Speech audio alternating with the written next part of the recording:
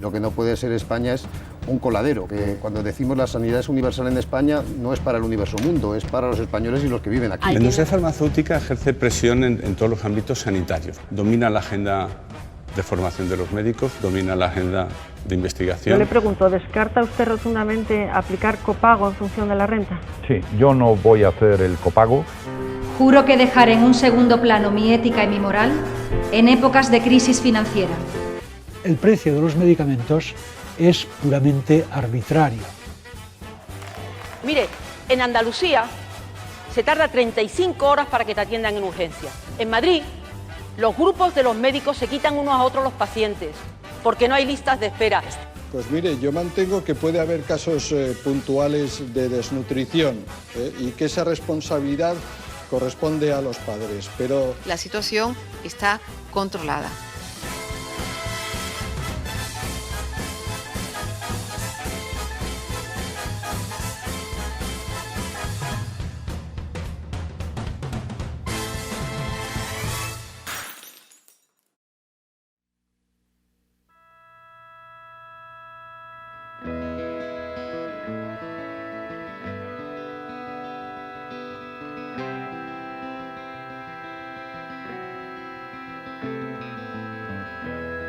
Bueno, pues hola Amaya, antropóloga y psicóloga y actualmente trabajando en CEAR. ¿Qué es eso de CEAR? CEAR es la Comisión Española de Ayuda a las Personas Refugiadas. Bueno, pues queríamos hablar contigo un poco cómo nos enfrentamos a nivel social y comunitario, tanto a la enfermedad como a la muerte. Leyendo un poco lo que habías hecho tú y también la obra de teatro que nos has presentado antes, lo ponías como que el ser humano claramente es un ser social, por tanto depende de ello, y que hay ciertos aspectos que individualmente no ha logrado sobrepasar solo, depende de esa sociedad. Un ejemplo claro es la muerte, que necesita de un colectivo un poco para elaborar un duelo que no sea patológico. ¿De qué manera como sociedad ha ido evolucionando esta aceptación de las emociones o de la muerte en concreto, por ejemplo? Vale. El planteamiento que he hecho sobre la persona como un animal relacional, no es una condición humana que siento que a veces se nos olvida, ¿no? Sobre todo porque se ha hecho una construcción de nuestra cultura con un valor individualista. Entonces, a veces se crea la sensación de que somos capaces de vivir de forma independiente, que no autónoma, con respecto al resto de la sociedad, cuando las personas somos personas interdependientes y para poder sobrevivir necesitamos del grupo, porque somos animales gregarios y no se nos puede olvidar nuestra parte de biología. Entonces, cuando se creó la cultura ya por el Neolítico, hace un porrón de años, de alguna manera la construcción cultural es una manera, entre otras definiciones que pueda haber, de dar salida también a las angustias humanas por el hecho de la condición humana, porque para bueno o para malo tenemos conciencia y la conciencia nos lleva a tener conciencia y darnos cuenta de nuestra propia finitud, ¿no? Entonces, digamos que la construcción cultural y dentro de ella las diferentes instituciones como la religión, incluso la política, los valores, etcétera, etcétera, algunos de ellos también son formas de dar salida a esas angustias humanas, ¿no? Por la propia condición. Nos costaría sacar fuera.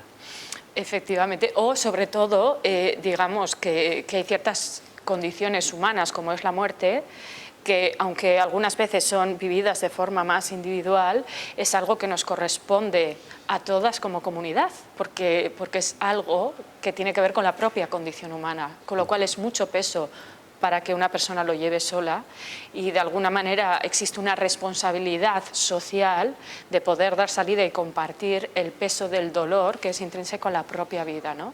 Porque son dolores que individualmente son muy difíciles de llevar. Entonces estamos hablando de rituales que pueden ser muy distintos, y que han variado mucho. Aquí, por ejemplo, los rituales, tanto para la enfermedad como en este caso de la muerte, pues serán más derivados del cristianismo, más católicos, si hablamos de España, pero si no vamos a otro sitio, pues será de otra manera. A fin de cuentas, quizá lo importante no sea tanto la estructura en sí del ritual, sino que exista. Eso ¿no? es. Y que de esa forma podamos sacar como colectivo lo que quizás nos cuesta sacar como individuo. ¿Qué pasa cuando los espacios en los cuales ocurren, bueno, pues desgracias o partes intrínsecas de la vida, la enfermedad o la muerte, negamos que puedan existir esos rituales? Ya los vean más coherentes o menos.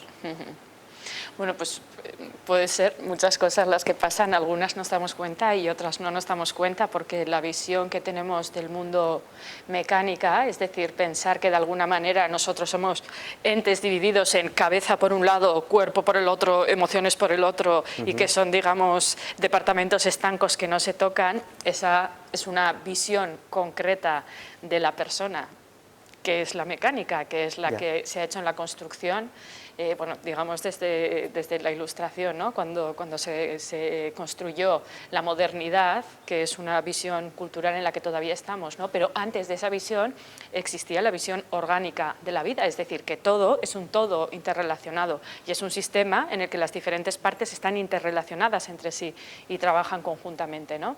Digamos que esta es una visión que en Occidente ha sido bastante marginada, ¿no? Quizá la medicina alternativa o formas de entender la salud más alternativa todavía la han tenido, pero digamos que la visión hegemónica sobre la salud, pues no, la que ha tenido es más la otra, ¿no? La mecánica, la de somos personas en la cabeza por un lado, el cuerpo por el otro, ¿no? Entonces, ¿qué es lo que ocurre? Que las emociones que no son trabajadas, porque una emoción tiene una vida, ¿no? Tiene una curva así como la curva del orgasmo. Bueno, pues digamos que una emoción puede tener también la misma curva, ¿no? Sube, sube, sube, llega a su clímax y luego baja, y es necesario de alguna manera pasarla toda para no dejar emociones inconclusas en nuestra vida que luego llevamos arrastrando, ¿no? Entonces, cuando no tenemos espacio realmente para poder trabajar nuestras propias emociones, lo que ocurre muchas veces es que no terminamos de hacer esa curva, ¿no? Entonces, esa energía, porque la emoción al final es energía, ¿no? Energía dentro de nuestro cuerpo. Bueno, pues esa energía, cuando no la exteriorizamos, se queda en algún lado. Y mucha energía en algún lado de nuestro cuerpo durante mucho tiempo puede causar también enfermedades, ¿no? Lo que pasa es que esta visión no la solemos incluir. Quizá un poco con lo que comentabas, que las medicinas que llamamos alternativas, quizá lo que han conseguido es, bueno, pues sí, conservar esos rituales. Quizá los han transformado, ya a lo mejor la sociedad española quizá ya es menos católica y quizás se ha derivado a otro tipo de ritual que sí que te engloba como persona. Por ejemplo, cuando hablamos de homeopatía, cuando hablamos de Reiki, independientemente de que bueno, estén más basadas o menos en medicina basada en pruebas, en evidencia, pero desde luego sí que el trato intenta ser más global y puede que sea parte de su triunfo, ¿no?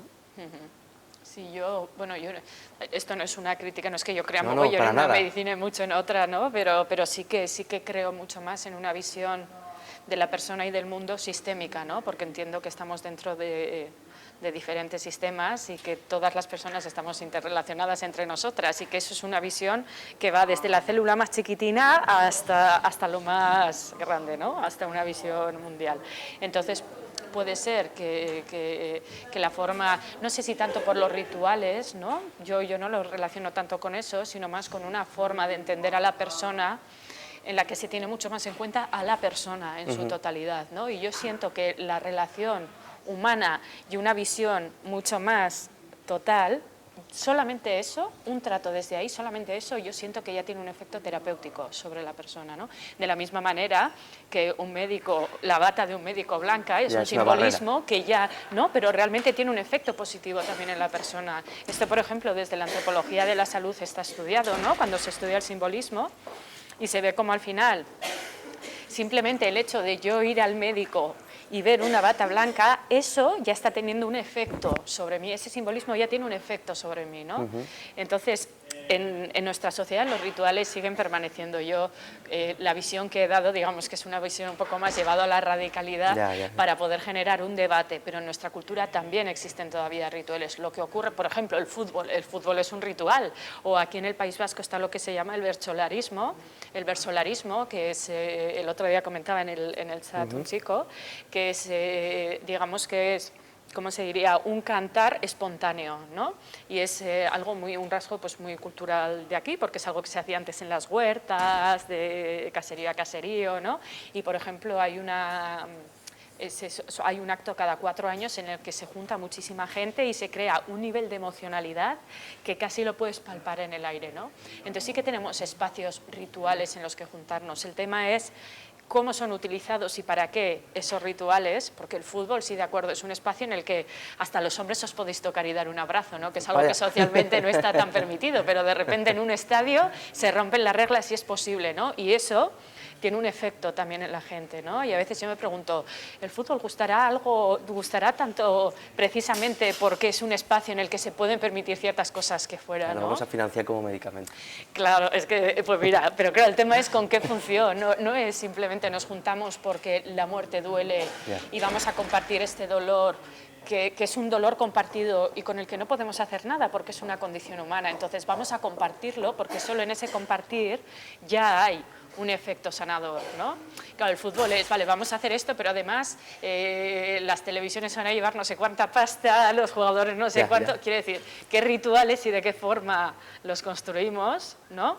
Y con qué finalidades, que yo creo que también es importante. No es que lo hayamos perdido, sino que quizás lo hemos centrado en ciertos aspectos pues que no tienen tanto que ver con una finalidad humana, sino más comercial, ¿no?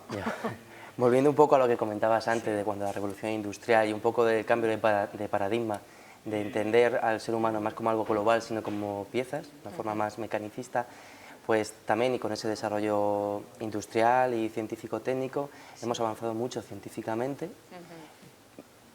pero muy centrado de forma biológica. Por ejemplo, somos capaces, ahora tenemos tags de un montón de cortes y tenemos unas pruebas que son la leche, podemos diagnosticar mucho más. Por ejemplo, en cuanto nos enfrentamos al cáncer, somos capaces de ver cosas que antes era imposible verlas, incluso algunos tratarlas, pero no hemos aprendido nada a cómo enfrentarnos a él de la forma humana. Es decir, si tú me vienes y yo te diagnostico de un cáncer, habrá sido con una técnica muy buena que hemos desarrollado, pero en cambio, la forma que yo tenga de transmitirte a ti, que lo tengas, o la que tú me estás transmitiendo a mí, para que yo te dé una respuesta, no hemos avanzado casi nada. Sí.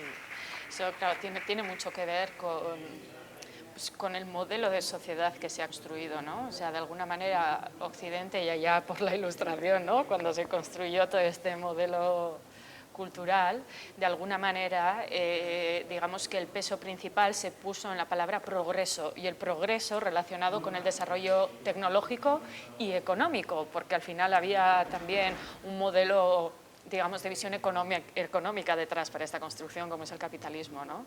Entonces, lo que nos ha ocurrido es que nos hemos desarrollado mucho a nivel tecnológico, pero hemos puesto muy poca energía y muy poco esfuerzo en el desarrollo humano. Entonces, lo que nos ocurre es que hoy tenemos tecnologías puntas de la pera, pero tenemos personas que no sabemos gestionar los recursos para un buen diseño social. Entonces, claramente nos está faltando algo, ¿no? Porque yo siento que el desarrollo tecnológico puede llegar a ser importante, por supuesto, pero si no hay unas manos que tienen una filosofía y una ética concreta detrás que lo manejan, ¿qué estamos haciendo con todo esto, ¿no? Somos niñas y niños jugando con nuestros juguetes, ¿no? Necesitamos también un desarrollo personal que se equipare al desarrollo tecnológico que tenemos hoy en nuestra cultura, ¿no?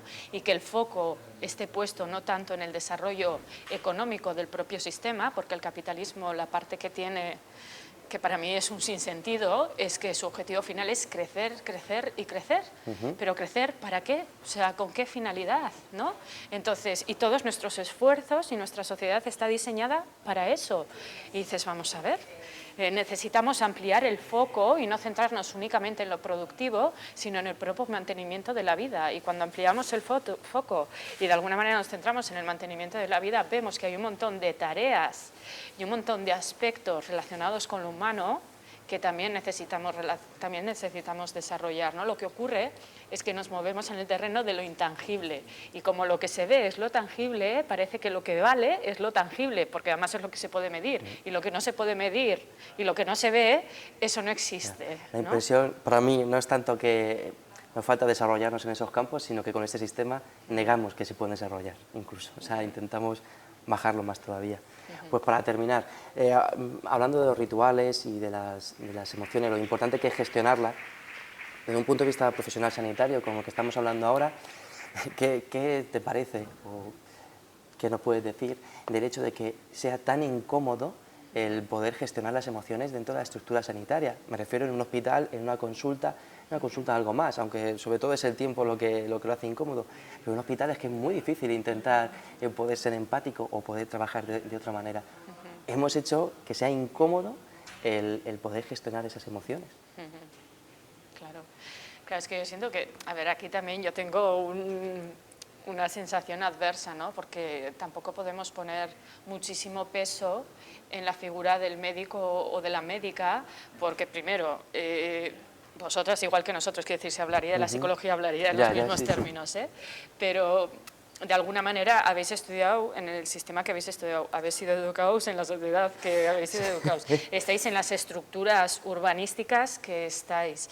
Quiero decir que hay que romper muchas cosas para poder salir de una construcción hecha precisamente para no tener en cuenta esas necesidades, ¿no? Pero al mismo tiempo yo siento que el ser humano es un ser muy creativo, porque la vida, o sea, solamente vivir ya es crear, ¿no? Y es pura creatividad, y a veces se nos olvida que somos capaces de crear y de locurear un poco, ¿no? Es decir, de salirnos de las estructuras que nos han creado para poder crear cosas diferentes, ¿no? Y si quizá el centro de salud no es el lugar para ello, que bueno, por ejemplo en Estados Unidos han empezado en algunos centros de salud a poner espacios de llanto para que el llanto pueda ser compartido por diferentes personas, incluso de alguna manera guiado por psicoterapeutas. O sea, quiero decir que sí que hay cosas que ya se están haciendo en el mundo, ¿no? Que esa es la pregunta que yo, bueno, la que tú mismo has dicho, ¿no? Pero que a veces lo que tenemos que hacer es como intentar salir de aquellas estructuras que nos limitan para crear en otros espacios, con otras personas y desde una perspectiva diferente, ¿no? Pero para eso es importante empezar por rompernos a nosotras mismas y a romper también nuestras formas de visión del mundo y de las personas, ¿no? Entonces, para mí, simplemente como comienzo, solo como comienzo, salir de los centros, ir a espacios más abiertos, donde se pueda también trabajar de una forma diferente, juntarnos con otras personas, ¿no? Que estén haciendo otras cosas, desde el mundo del arte, desde el mundo de la psicoterapia, la propia gente paciente, ¿no?